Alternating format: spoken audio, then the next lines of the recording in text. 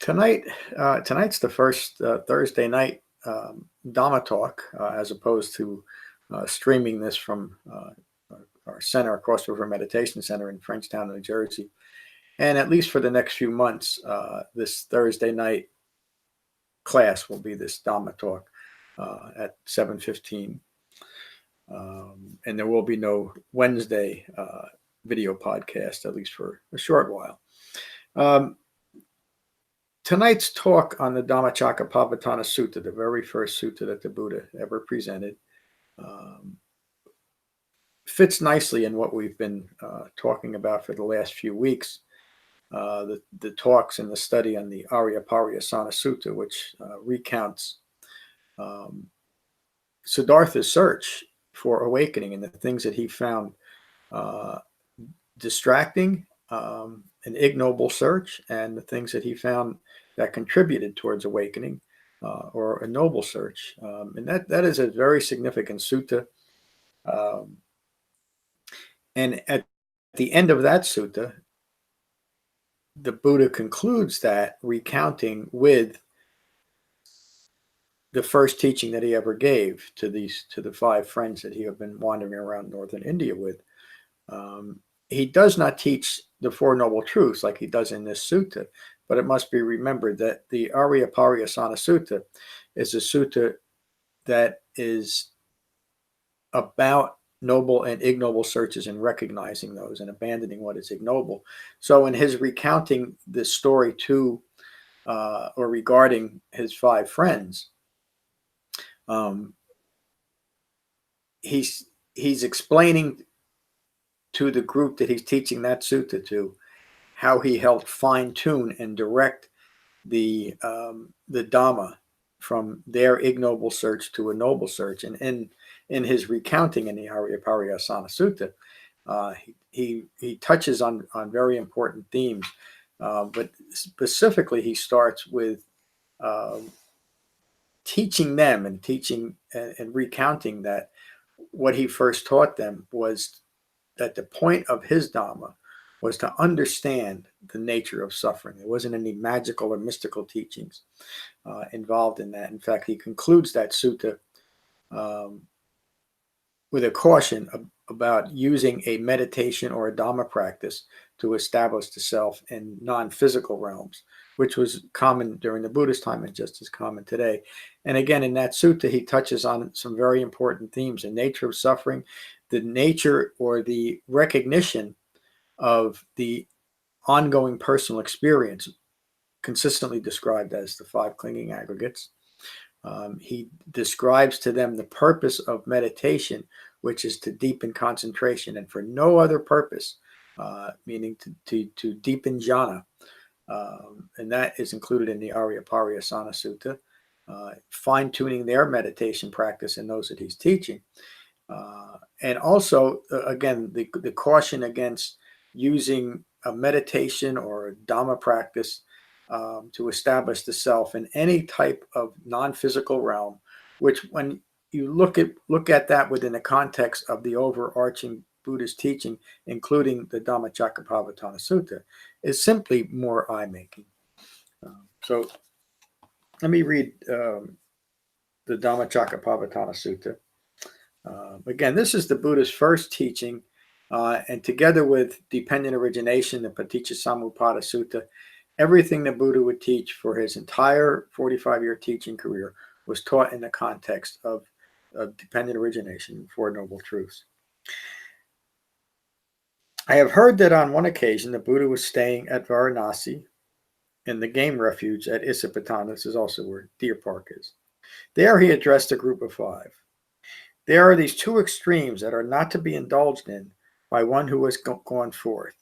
Now, this is the Buddha's description of the middle way, and I'll mention that in a moment. But the reason why that's significant is that much of modern Buddhism latches onto those words middle way, meaning that it is some ambiguous, wishy-washy way that we can kind of pick and choose what we want. And the Buddha uses that term very specifically that the middle way is a path between extreme views that would lead to further eye making and the other contradictions that are so common in much of modern Buddhism. The Buddha continues, which two? That which is devoted to sensual pleasure with reference to sensual objects. This behavior is base, vulgar, common, ignoble, unprofitable. It is devoted to self-affliction. That which is devoted to self-affliction is always painful and ignoble. So you can see how this relates to the Arya-Pariyasana Sutta here directly, where the Buddha is saying that if it leads to more pain in any way, and there's a broad definition of dukkha is anything that is disappointing or unsatisfactory. Any aspect of our life that we're chasing after that ultimately results in disappointment or unsatisfactoriness is self-afflicted ultimately, because it's rooted in wrong views, which the Eightfold Path, as we'll touch on in just a moment, is designed to recognize and abandon. That which is devoted to self-affliction is always painful and ignoble. Avoiding both of these extremes, the middle way is realized by the Tathagata. The Tathagata is the Buddha's description of himself as an awakened human being. This middle way produces vision and knowledge. This middle way leads to calm, to direct knowledge, to self-awakening. So the Buddha is clearly stating how to evaluate our Dhamma practice. Does it lead to true vision and knowledge? Does it lead to calm, to direct knowledge? And direct knowledge of what? To the nature of suffering. And this is not, much of modern Buddhism also teaches to embrace our suffering. That's just another aspect of clinging. Knowledge of suffering and embracing our suffering is two different things, isn't it? And to self-awakening. Another very important part of this first teaching is that the Dhamma is about developing self-awakening, not some ambiguous, amorphous establishment in emptiness or nothingness, or not a quality of mind that is bestowed on us because we've meditated long enough or hard enough or done endless rituals, and all of a sudden we'll be granted awakening. It's through direct engagement with the Eightfold Path, the middle way path, that we gain self-awakening. The Buddha continues. To self-awakening, to unbinding. Unbinding from what? Again, we need a reference to dependent origination here. Unbinding from clinging to views ignorant of Four Noble Truths. And what is the middle way realized by the Tathagata? That brings vision, direct knowledge, and that leads to calm and self-awakening and unbinding. Now here the Buddha is going to describe clearly, distinctly, directly, unambiguously the Eightfold Path. And it's remarkable, and I hear this so often. In fact, it was just had an email exchange with someone recently, how they've been studying in different Buddhist practices, all these different centers, and they never once heard any reference to Four Noble Truths or the Eightfold Path. That's the only path that the Buddha taught. But modern Buddhism substituting the Bodhisattva path, which is much of modern Buddhism is just that. It's a substitution for the path the Buddha taught, as opposed to, as he always referred to himself prior to his awakening, as an unawakened bodhisattva, meaning he was a human being imbued with great compassion for all other human beings, but he was lacking the wisdom and the direct knowledge, the self-awakening that he's describing here. The middle way is precisely this Noble Eightfold Path. Right view, right intention, right speech, right action, right livelihood, right effort, right mindfulness, and right meditation. The use of the words right and inferring wrong, you could just as accurately use skillful as unskillful, or appropriate or inappropriate, simply points to the refined nature of the Buddha's Dhamma. And referring back to the Arya-Pariyasana Sutta, it's through his own search that he realized this middle way. He just said it here, that through his own search, he realized this middle way, avoiding the extreme views that are part and parcel of views rooted in ignorance of Four Noble Truths and prevalent in the world. And the Buddha describes the first noble truth as dukkha occurs, meaning a mind rooted in wrong views, rooted in ignorance of Four Noble Truths, will experience dukkha because it's present in the world. It's present in the way the world is manifested through its own wrong views. So it's part and parcel of the world. When we're attached to the world, we are going to experience it that way. When he awakened, and this relates also to the Nagara Sutta, where the Buddha describes his awakening process, and he comes out of that the being caught up in the feedback loop of wrong views feeding back on his own ignorance. It wasn't until he realized this very specific path out of that he was able to awaken, and then so he taught this middle way. So these 8 factors of the Eightfold Path, beginning with right view, implies that there's a wrong view, isn't it? Right intention implies wrong intention. Right speech, action, and livelihood implies that there's wrong speech, action, and livelihood. Right mindfulness implies that there's wrong mindfulness. Right meditation implies that there's wrong meditation. All of those unskillful or hurtful aspects of these 8 factors were what the Buddha practiced and realized that they were simply more distraction, and they simply reinforced wrong views. That's how he ended up teaching an Eightfold Path in this manner, because this Eightfold Path is an antidote to the aspects, to the contrary aspects of the Eightfold Path, meaning wrong view, etc. So if we want to understand, using right meditation as an example, we just went through a series of 7 talks, I think, on jhana, relating to 7 different suttas. The Buddha taught a singular meditation method. Why? Because he tried all the other popular meditation methods, so-called. Most of them were contemplative practices or magical practices, hoping to trick your mind into establishment in non-physical realms. He tried them all, and he realized they were simply more distraction, and they simply reinforced ignorance.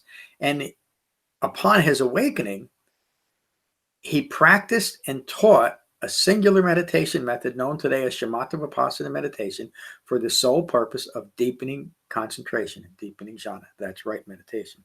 The Buddha continues. This is the middle way, realized by the Tathagata, that brings vision and direct knowledge that leads to calm, to self-awakening and unbinding. No other path did the Buddha teach, and he just describes it here to him. Now remember the setting. He's describing this to his 5 friends, and he's making that declarative statement to people that he knew were on the same search as he was, studying with the same teachers, practicing the same ascetic practices, and now he's approaching them as an awakened one. He made that declaration to them. I am awakened. I know the way. Listen to me and practice in this way, and you will quickly develop it. That's from the Arya-Pariyasana Sutta. And he's very quickly taking them from their views rooted in ignorance of Four Noble Truths and pointing it in the direction of how to recognize and abandon all of those wrong views through an Eightfold Path.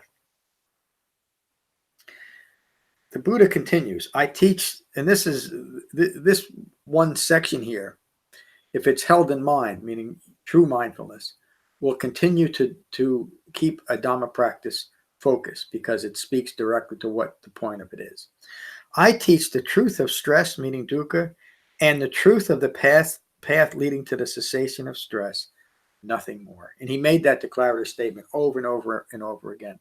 He didn't get into any other teachings, and he wasn't concerned about anything else except this. But when this is truly understood and developed, it solves all human troubles, all human difficulties, all human conflict, beginning with ending the conflict in individual's mind. And the Buddha never saw himself as a savior, and he never hoped to teach a salvific religion. He knew that was contrary to the Four Noble Truths. But if enough people did this, let me put that another way, the more people that actually develop the Eightfold Path as the Buddha teaches and end conflict in their own mind, they will then contribute to the diminishing of conflict in the world. And that's why I say over and over again, probably almost at every class, the most loving thing I can do for myself and for all other sentient beings is to take to the Dhamma and awakening. There's nothing more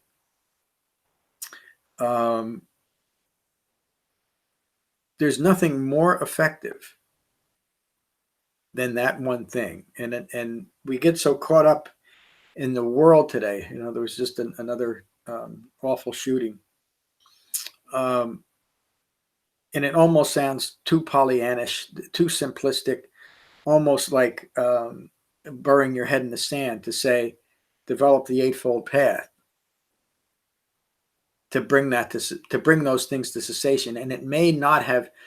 In other words, if every human being on the planet, except that one person that acted that way today, was practicing the Eightfold Path wholeheartedly, it still may not have solved that one deluded mind.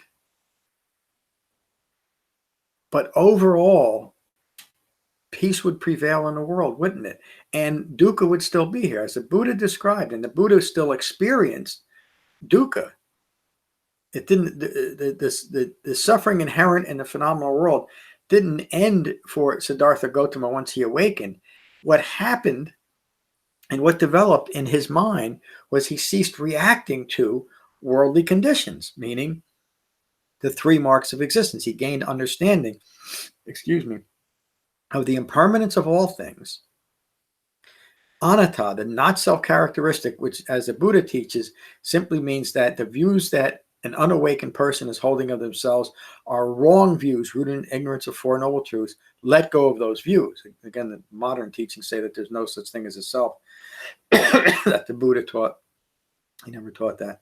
And the third mark of existence is the suffering that results, individual suffering that results from misunderstanding the first two, impermanence and the not self-characteristic. So it can truly be said that the Eightfold Path is developed so that as individuals, we gain profound insight into those three marks of existence. Excuse me.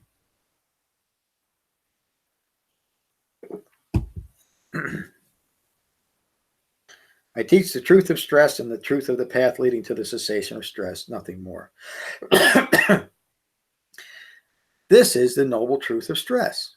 Birth is stressful. What the Buddha is saying is that simply as a consequence of having a human life, there's going to be stress. There's no way around it. And again, as an awakened human being, still has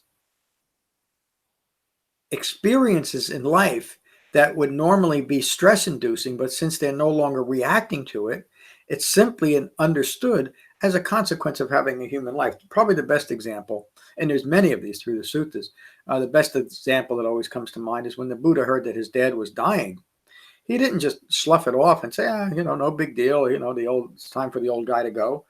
He got up off his meditation spot, wherever he was staying, and walked 140 miles to be with his dad before he passed away. It wasn't out of reaction. It wasn't out of fear. It wasn't out of any real type of urgency, except understanding that it would be a pleasant thing to do, to be with his dad upon his passing. And so that's what he did. There's also many other situations like that where the Buddha came across the suffering inherent in the world and simply responded with mindful presence. His encounter with Angulimala, the murderer, comes to mind. When Devadatta, his cousin, tried to kill him twice, he didn't react with hatred, fear, anger, nasty rhetoric. He maintained a calm and peaceful mind, but also used it as an opportunity to continue teaching the Dhamma. In the case of Devadatta, when he recounted this to the other monks, he explained that Devadatta was a foolish man, but not because of his actions so much as he was foolish because he had heard the Dhamma and was still so caught up in wrong views and the need to continue to establish himself as something special, to continue self-identity, that it so warped his mind that it led to him wanting to kill his cousin, the Buddha. And look at that. And I guess the reason why I'm saying that is it kind of relates to what happened today, didn't it? And I don't get deeply into it. But the same problem of ignorance present during the Buddha's time is still present today, and it still leads to the world's problems. And this very first teaching is the resolution for all of that, isn't it? Sorry, getting off a little bit of a tangent, but this is a noble truth of stress. Birth is stressful, aging is stressful, death is stressful, sorrow, regret, pain, distress, and despair are stressful. Furthermore, association with the unbeloved is stressful, and separation from what is loved is stressful. Not getting what is craved for is stressful.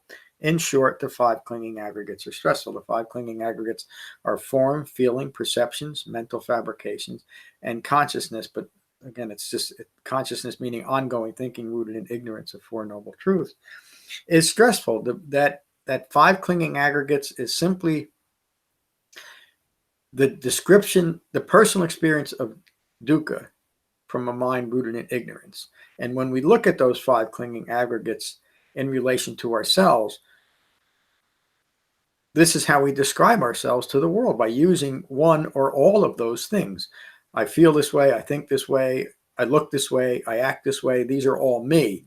And because of reacting to what the Buddha described individually as stress-inducing, and the Buddha would often say we join with those things, we create ongoing confusion, deluded thinking, and ongoing suffering. And this, monks, is the noble truth of the origination of stress. This relates directly to the second noble truth. The craving that makes for further becoming rooted in ignorance and accompanied by passion and delight in further becoming, relishing now here and now there, craving for sensual pleasure, craving for becoming, and craving for non-becoming.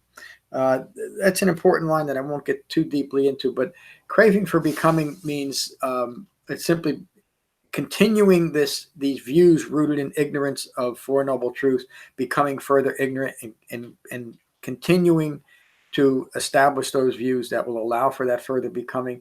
And the non-becoming has a few references here, but it really relates most importantly to the non-becoming of establishing a self in non-physical realms. That's the most important part of non-becoming. There's other references that I won't get into, but this relates directly to all those teachings on jhana, the Arya-Pariyasana Sutta, and what the Buddha experienced during his own awakening from those 2 teachers, Alara-Kalama and Udeka-Ramaputta, who were teaching him that the culmination of their Dhamma was establishing the self in a realm of non-becoming. Relishing now here and now there, by craving for sensual pleasure, craving for becoming, craving for non-becoming. That means compulsive seeking to establish a self rooted in ignorance in every thought, word, and idea that occurs. Now here and now there, whether you're seeing yourself in a particular situation or simply clinging ignorance to every thought that arises. And this is the ultimate clinging, the ultimate attachment that must be recognized and abandoned, that it is not ultimately clinging ourselves to external objects, events, and views, but clinging ourselves to one thought after another thought rooted in ignorance of Four Noble Truths. And the reason why the Buddha taught concentration as the sole purpose of meditation is that a well-concentrated mind interrupts that train of thinking rooted in ignorance from one thought to the next thought. It interrupts it directly and allows true insight to arise.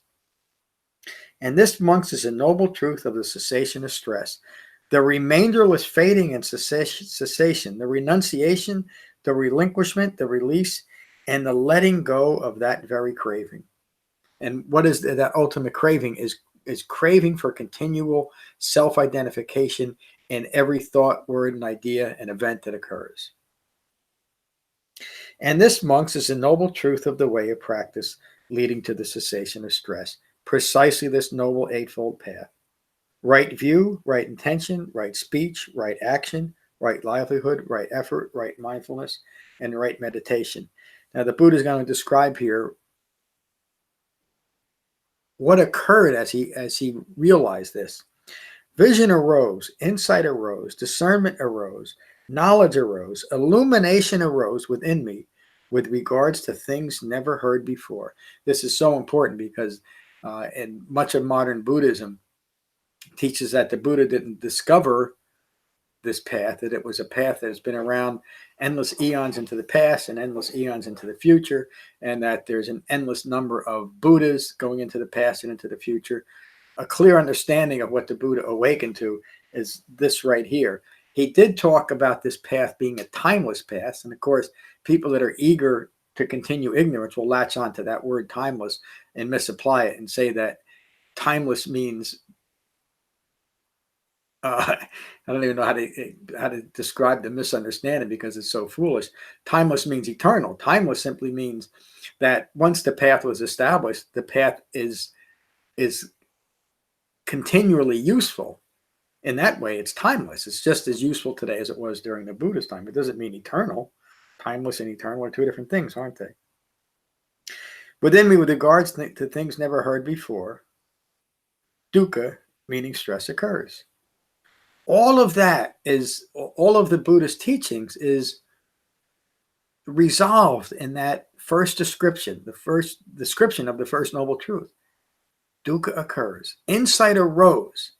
And let me read that again because it's so important. Vision arose, insight arose, discernment arose, knowledge arose, illumination arose within me with regards to things never heard before. What is it that's never heard before? Dukkha occurs.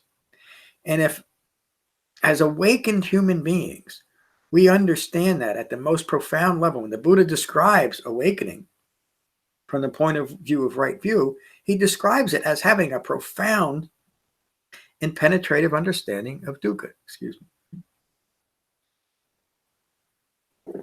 And when we can truly understand this first noble truth at that most profound level, we understand the Dhamma.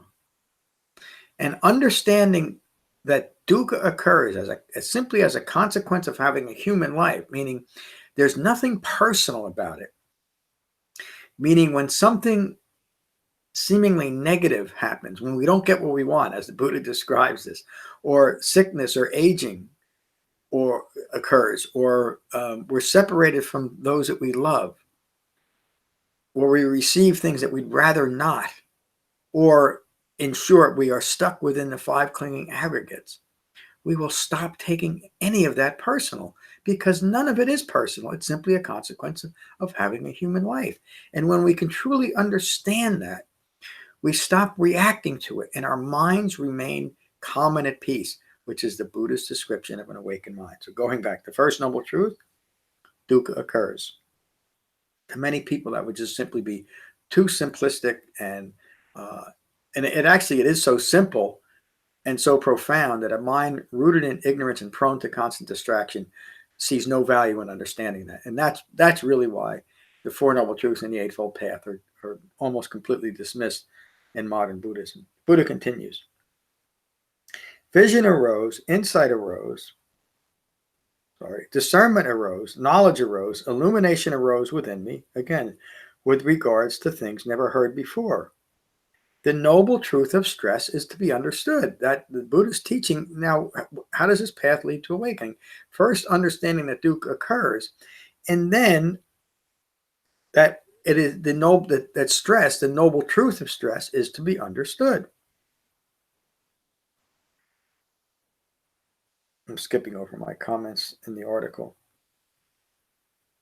Vision arose, insight arose, discernment arose, knowledge arose, illumination arose within me with regards to things never heard before. He's now going through the Four Noble Truths.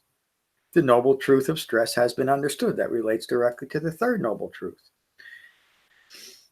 And he continues, vision arose, insight arose, discernment arose, knowledge arose, illumination arose within me with regards to things never heard before. This is the noble truth of the origination of stress. This noble truth of the origination of stress is to be abandoned. So now the Buddha is going through the Four Noble Truths directly. The noble truth of the origination of stress, understanding dukkha. Then understanding the truth of the origination of stress is to be abandoned, meaning craving for and clinging to views rooted in ignorance of Four Noble Truths is to be abandoned.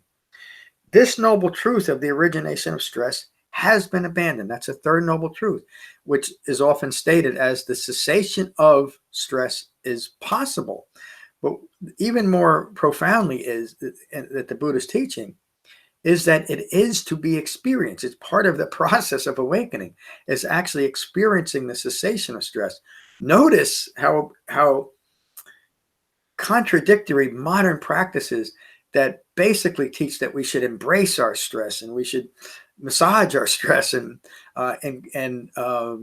contemplate stress. That's all part of continuing to cling to stress rather than recognize and abandon stress.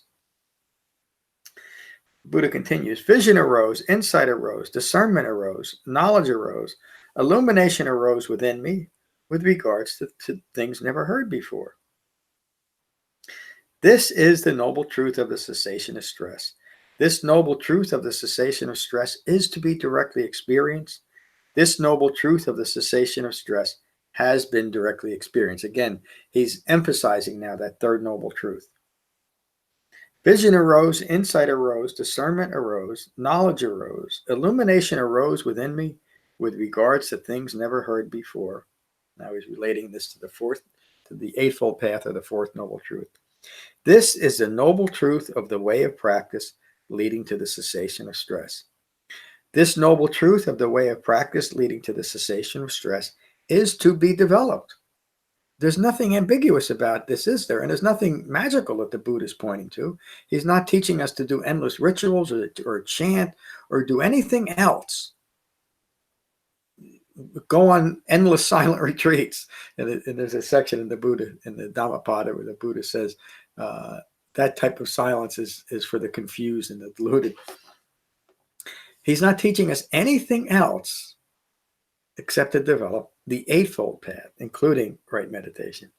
The Buddha continues here. This noble truth of the way of practice leading to the cessation of stress has been developed. That means completely developing and integrating the Eightfold Path.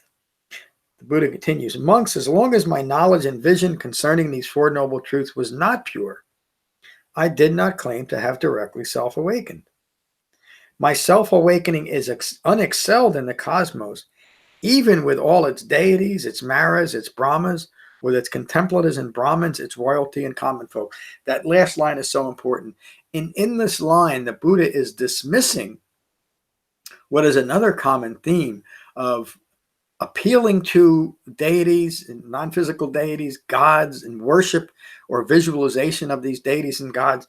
Listen to the line again. It's unexcelled. My self-awakening is unexcelled in the cosmos, even with the deities and the maras and the brahmas and all the other contemplatives. It's unexcelled, meaning it's beyond all of that. And the only reason the Buddha is referencing it is that was such a common practice during his time and such a common practice in much of modern Buddhism. The Buddha continues, as soon as my knowledge and vision concerning these Four Noble Truths was truly pure, then I did claim to have directly self-awakened. An awakening unexcelled in the cosmos. Knowledge and vision arose in me. Unprovoked is my release. I talk about that often. What does that mean, unprovoked? It means there's nothing left in his thought process. There's no remnant of ignorance of Four Noble Truths left that could provoke another moment of becoming further ignorant. Unprovoked is my release. This is the last birth, and that's such an important point. The Buddha is not making a statement about rebirth so much as there's nothing left in his mind to give birth to another moment, rooted in ignorance. This is the last birth. There is now no further becoming, and again,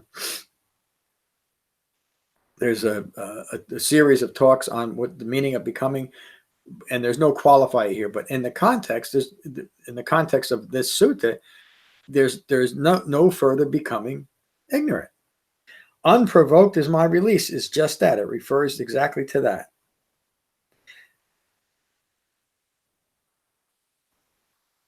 I'm skipping over some of my comments. I just want to make sure I covered everything. This is what the Buddha said. The group of monks were delighted at his words. While this discourse was being given, Venerable Khandana declared, all conditioned things that arise are subject to cessation.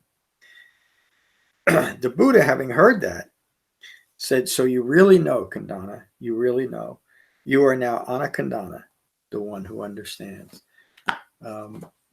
That last line, all conditioned things that arise are subject to cessation, speaks directly to Khandana's understanding of the specific insight, and the only insight that the Buddha taught was insight into the three marks of existence, and the impermanence, the not self-characteristic, and the resulting dukkha.